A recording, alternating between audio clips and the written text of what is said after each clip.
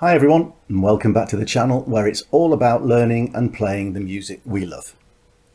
Now, do you have an old acoustic or electric guitar hanging around the place? Or maybe you're looking for a different sound from your existing instruments? Well, have you thought about or even heard of Nashville Tuning? Well, in this video, we're going to look at this amazing way to add some sonic spice to your guitar playing without breaking the bank and learn to play a Pink Floyd classic at the same time. So without further ado, let's get cracking. Come with me.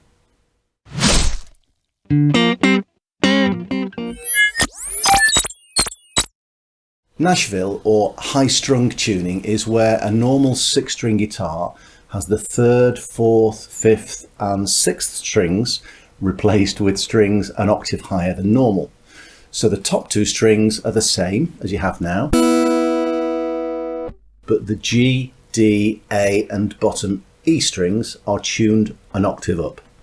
But stop, before you just start winding your string winders, which will break your strings and possibly your guitar, or both, you need a set of Nashville tunable strings. They're really easy to get hold of. I get mine from Amazon and they're not that expensive, or you can use the higher courses for the G, D, A and bottom E strings from a 12-string set if you've got one of those.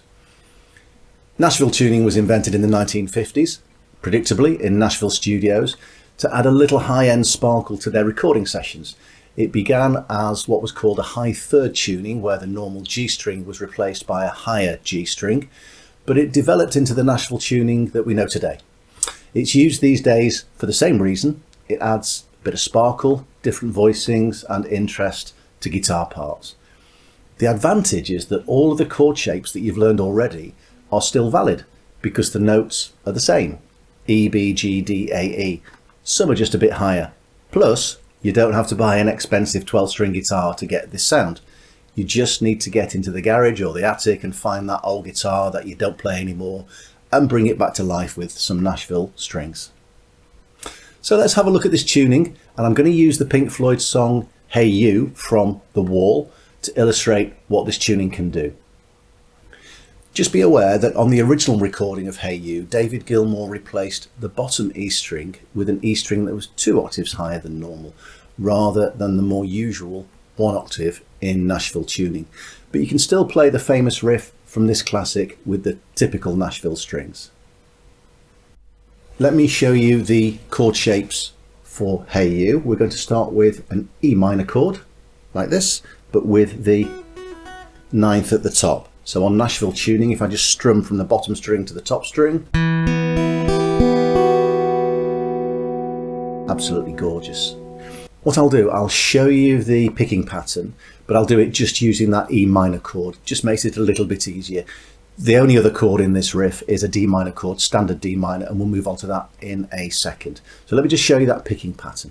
So it's E, A, D, G. Then you take your finger off the top E string, so your fretting finger, your 3rd finger comes off the E string, and then you go back down the strings.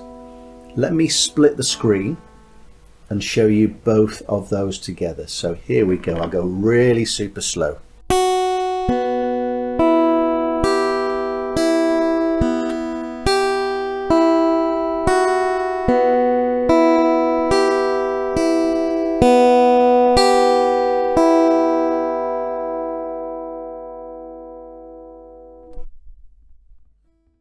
So it's a little bit counterintuitive, but it's just well worth working through that picking pattern just on its own without any chord changes. Speaking of chord changes, let's go and have a look at how those work in this riff. So back with the split screen. So we've started with that E minor.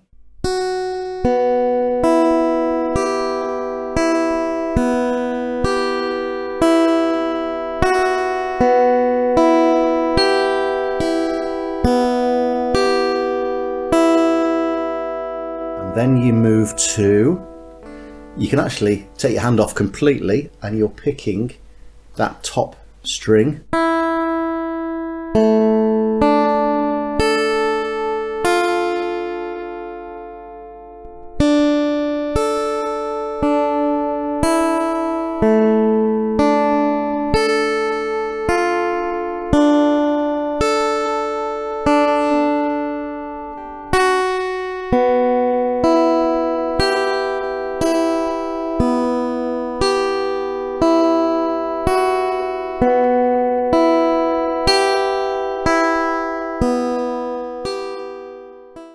if you're enjoying this video and you're getting something out of it that you can use in your playing, then please consider subscribing. That'll make me really happy. And click the like button so that you get notifications of future videos. Thanks a lot. Let's get back to it.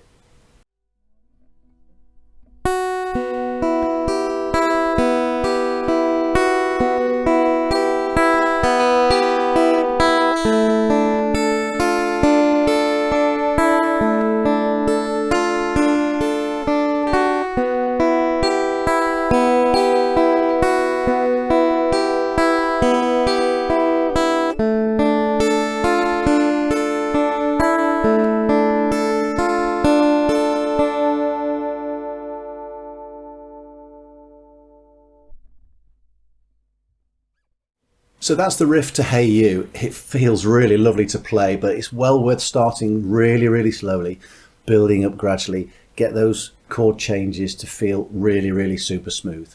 I'm just going to show you one more thing with Nashville Tuning, one thing that I particularly love, and it involves detuning that G string. And I'm going to take that G string down to an E. There we go. So we've got...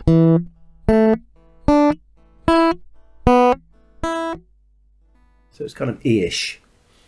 Let me just show you one of my favourite ways to use this tuning, the Nashville Tune strings, but with that drop G to an E, is like this. So if you, on the 7th fret of the A string and the 9th fret of the D string, if you just fret those strings there, what you have here is a bit of an open E shape, which I think is absolutely gorgeous. So let me show you a chord sequence that you can use with this particular configuration, starting with this shape, which is that open E.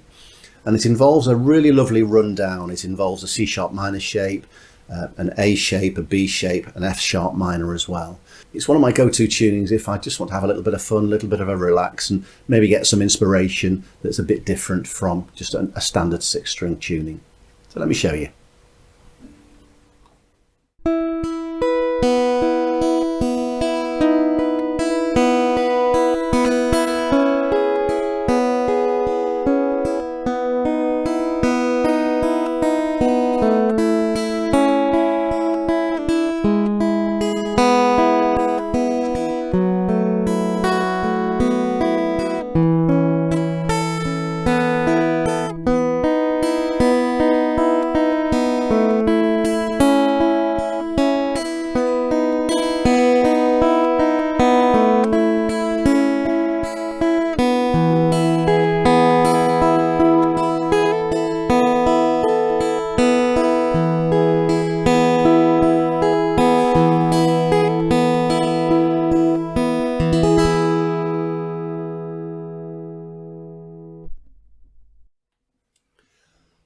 So I hope you'll agree with me that it's just a beautiful sounding chord sequence, and it's so inspirational if you write music, or even if you just sit down and like to, noodle on the couch. Then it's just a really pleasant way to use this Nashville tuning with that little bit of a twist.